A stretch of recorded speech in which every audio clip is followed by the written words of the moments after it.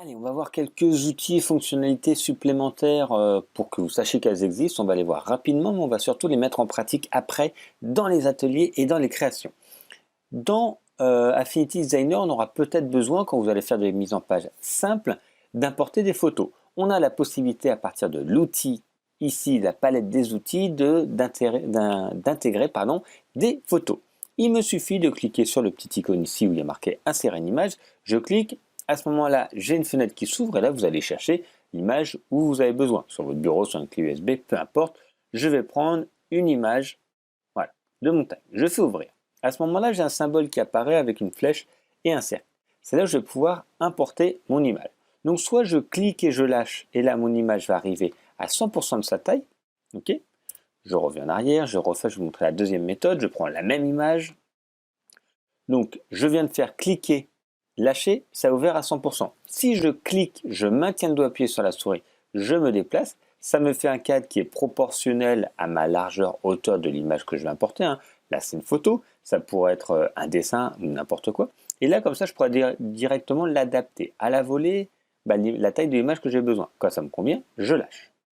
Mon image apparaît dans ma palette ici des calques. Comme un calque, on voit le nom, c'était le nom par défaut de mon image. On voit ici les images, voilà, les caractéristiques de mon image. Je peux remplacer l'image ici.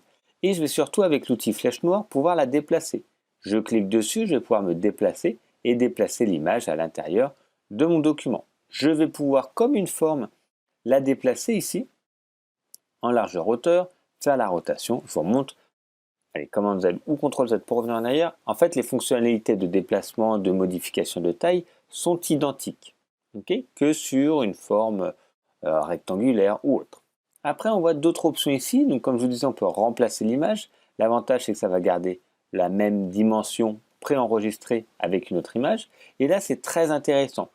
Il y a d'autres possibilités pour travailler les images. On ne va pas le voir pour l'instant, mais déjà, ça fait un petit effet rapide, très simple et intéressant. On peut remplir en fait cette image, mais ça va créer un effet. Vous allez voir, je clique dessus, je veux créer un effet par exemple, allez, dans les rouges, et vous voyez, ça crée un effet dans les rouges. Vous voyez, ça fait un effet directement dessus, donc c'est plutôt sympa pour faire quelque chose de graphique, et ça peut marcher également pour un dessin. Si vous mettez un dessin, ça changera la couleur de cette manière-là grâce au remplissage.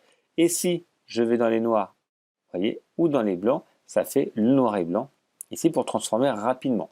On a la possibilité ici de travailler plus en détail sur les photos. Je ne vais pas vous montrer pour l'instant, mais sachez que ça existe. C'est plus un niveau intermédiaire. Mais déjà, on peut changer, vous voyez, la couleur.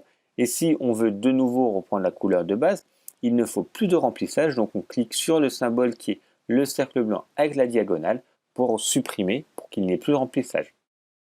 On peut faire également un contour si on veut.